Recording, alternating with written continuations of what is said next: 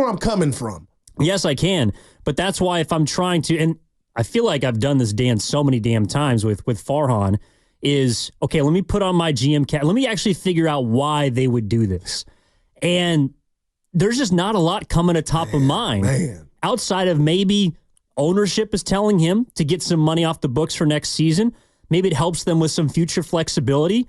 But it doesn't help you now. You're right. This is a move for next season because you get off of some money this year. I think you free about $6 million towards the competitive balance tax, but you still have $10 million to go to get under. And there's some ramifications if you're over it and all the rest that we don't really need to dig into. The point is they didn't shed money, enough money to actually tangibly help you this season.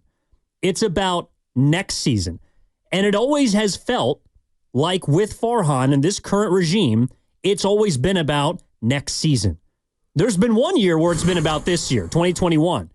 But even then, a Chris Bryant trade, I don't know if it was heralded at the time. I loved it. But it was relatively cheap. You didn't have to give up much for it. They didn't go all in my opinion. That was just a value buy. It's always been about next season, next year, looking down the line. Not much has, to me, pushed me towards a feeling like the Giants are about this year. Especially when I thought it was going to be about this year. I thought it was going to be an all-in offseason. Because you and I said, stand pat, we would be okay. We understand. Yes. The nugget is still out there to try to qualify for the tournament. That's what confuses me, is at the beginning of this year, this offseason, you spent $200 million. One of those larger investments was the guy you just shipped to Atlanta. And it feels like they've almost pivoted or is partially pivoted. And we don't really know where it's going. Oh, man. And that's why I think most people are listening in today or are reading about this and trying to kind of read the tea leaves. It just feels like, honestly, if this is the last trade that Farhan Zaidi makes as president of baseball operations with the San Francisco Giants, it would be appropriate. Wow. Because no one knows what it means. Man, and I'll tell you what it should mean. A failure. I'm throwing the F word out there, and that's what his tenure has been. We got some sound we're going to play from Farhan when he initially got introduced, Evan, and you'd let it come full circle about, Pops always told me it's about actions, not words, but he played the part in regard to the verbal karate will play. It sounded good, but this dude has struck out at every turn.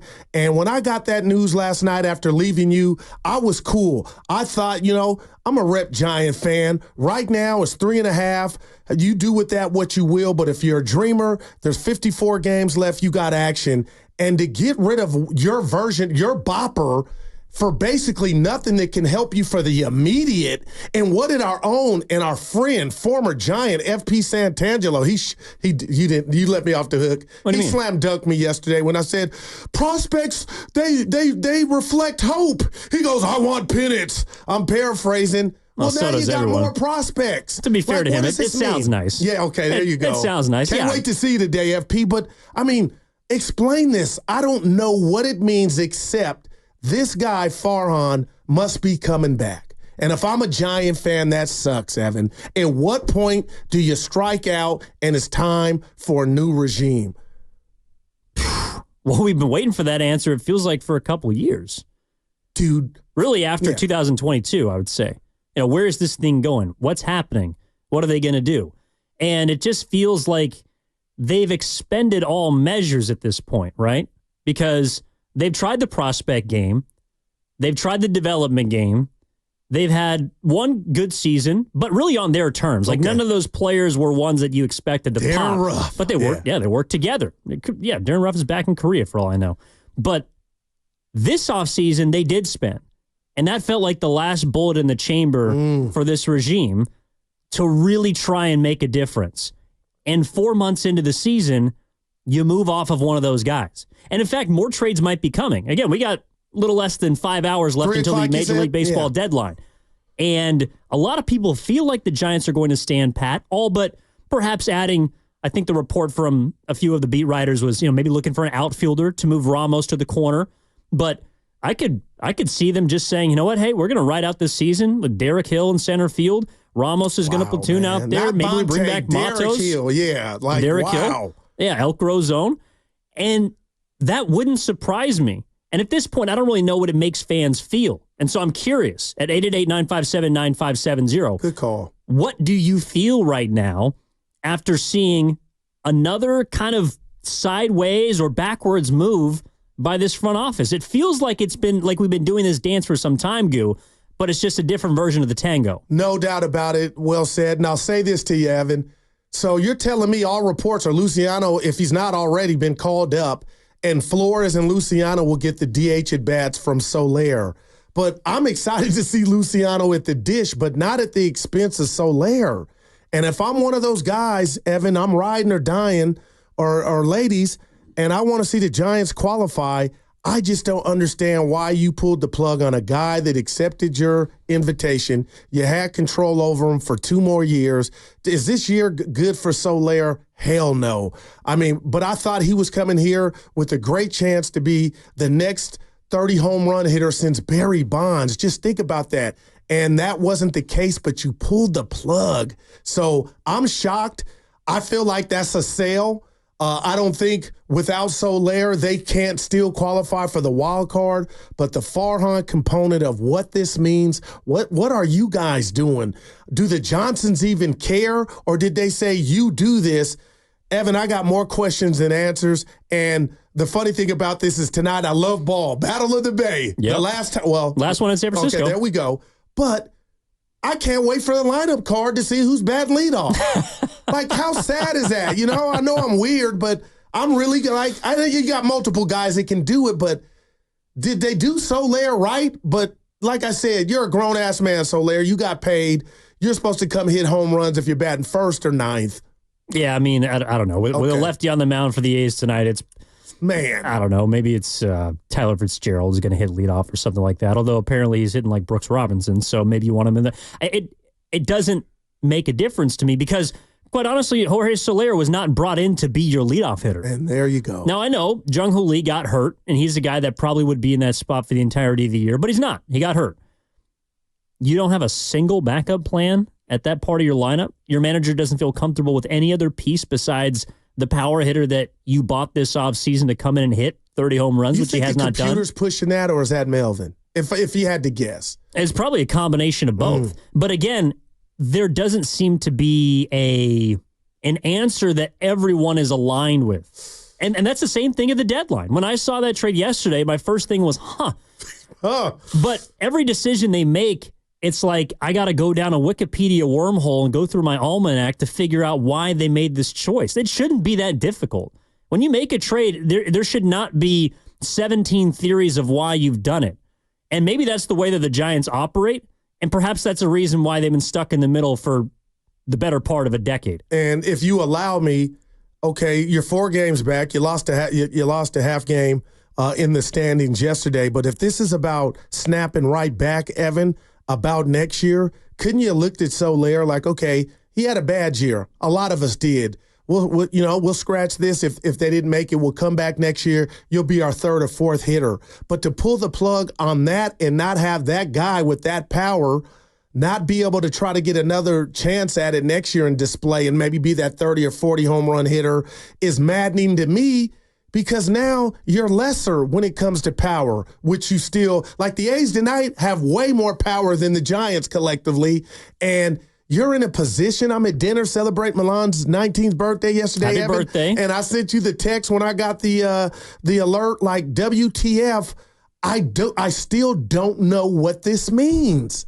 And that's what we're going to try and figure out together today. Not just necessarily the trade itself, but the deadline. Like, what does it mean to the Giants? Because, again, when we went through this yesterday, the last 5 deadlines under Farhan Zaidi, maybe one of them has meant something. Maybe 2, but right now, this trade deadline, quite honestly, it doesn't mean much. In fact, it could mean that you're taking a step backwards. And feels like it. But they're not willing to go all the way backwards. And I don't think, like you and I both believe that shouldn't be the direction. But it does make you wonder, well, how comfortable does Farhan Zaidi feel? Like, is he sitting in a cushion like you and I? Wow, man, that's the $1 million question. But what? Or is he sitting on a seat that's got the bottom cut out of it? Another planet, and said said baseball president of operations was on the hot seat. Does this move signal somebody on the hot seat or somebody balancing their checkbook for the future, which will help them next year. Like, that's what's maddening. Well, in a way, if I'm trying to parse this thing, the only hope to me that Farhan would have left is, number one, to make the postseason. I think that pushes things down the line. But also, it could be leaning more into your younger group, because it looks like they're starting to show promise.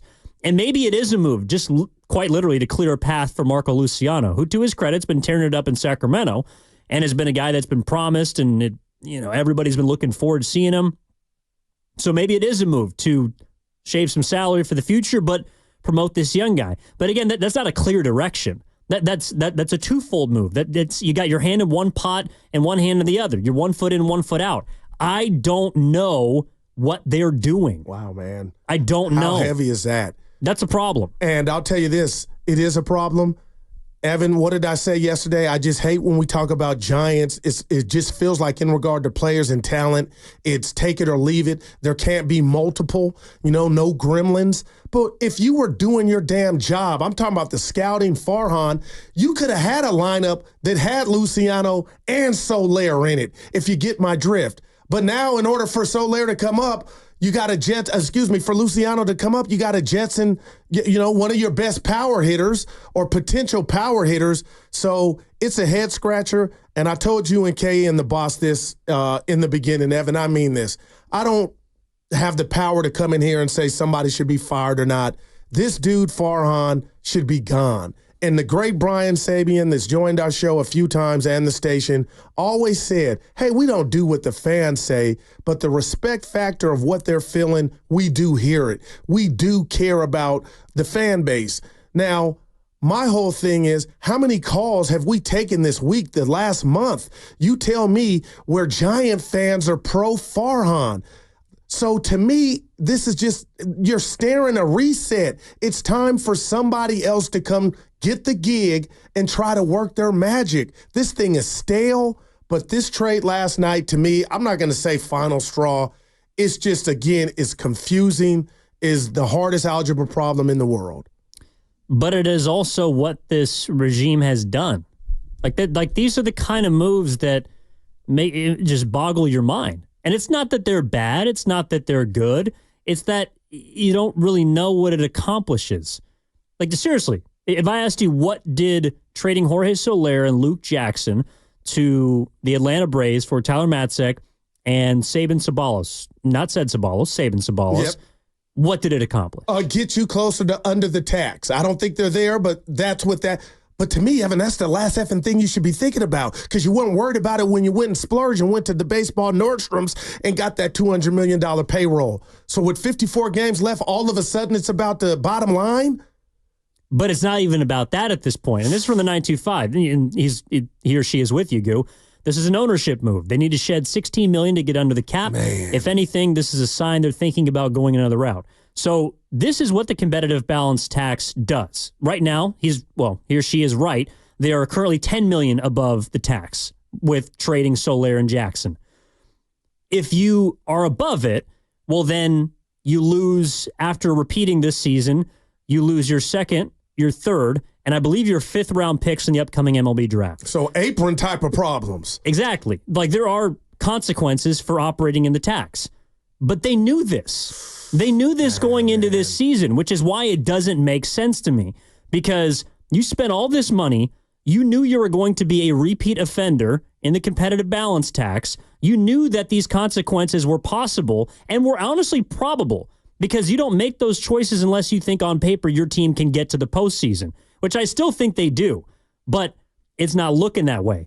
The issue is that by shedding salary, you haven't shed enough salary to accomplish the goal of getting out of the tax. Again, it is symbolic of where this franchise is, which is stuck in the middle. They are stuck between getting out of the tax and kind of keeping their team competitive. It needs to be one or the other, in my opinion. If you're going to shed salary, I don't mind. Get rid of Soler, get rid of Jackson, get rid of whoever you need to get rid of in order to get yourself out of the tax, to get yourself ready for the future. But to stay 1 foot in the money and 1 foot in the competitive place. Well, you didn't accomplish either because you're not out of the tax and you got worse by trading one of your best hitters the last month of the season. They are just in purgatory right now, and they continue to operate in that place. And that's, to me, what has right now been defined by the deadline. It's, once again, we're stuck in the middle wondering, where are we going? I know it's 10:21, Evan, with everything you just said, and I'm a diehard Giant fan, and I'm listening to what you just said, and you were spot on. I know it's early, but it's 5 o'clock somewhere. I'd pour a double shot. Like, that's what's scary, Evan. Like, everything you just itemized right Later there tonight is fact. You do it or don't fake like you're doing it. And we had Schlerathon talking about Ayuk, and he was talking about the family jewels dropping, but it's almost that same type of, like, energy. You know, you're all in or you're not. And I got to throw this to you because I misquoted Willer, and he was here to defend himself because I thought he was saying maybe there was a problem in the Giants clubhouse among players, and he wasn't saying that. But I do wonder, but if you're Matt Chapman or you're Lamont Wade Jr., Evan, I'm just keeping it real because we'll never know. You go home or you're at home and you hear this news, how would a Giant current player take that if you were Operation All In on F what's going on? All we can control is trying to get into the playoffs. We're 3.5 out. We just won 4 in a row, and we basically give Soler away for nothing that's going to help us. Do you think that could be an issue? Morale? It would bother me if I were a player. Like, what's going on? It would be confusing. I don't know if it would be a morale killer because I don't think players operate like that. I don't think they think, oh, well, this, the front office doesn't believe in us. That's why they're trading Soler or they're getting rid of Jackson. There's some guys who are friends, but it's also a business. A lot of these guys have been traded before. Matt Chapman on line 1. So I don't know if it's a morale killer, but they're probably sitting here like you, me, Ken, and Sam wondering what do you want from us? Like, they're going to go out tonight and they're going to try to win. They're going to play hard. But when you get that notification on your phone, everybody has an initial reaction. And that initial reaction is one of, I think you said it perfectly during our pre-show meeting. It's puzzling. What is going on here? Do you think they make another move by Bob. 3 p.m.? Shout out Fitz. I think they do make a move, but it's going to be another move that's like this move, which is, okay, so it's a trade deadline. Did we get better? Maybe, probably not. Did we get worse?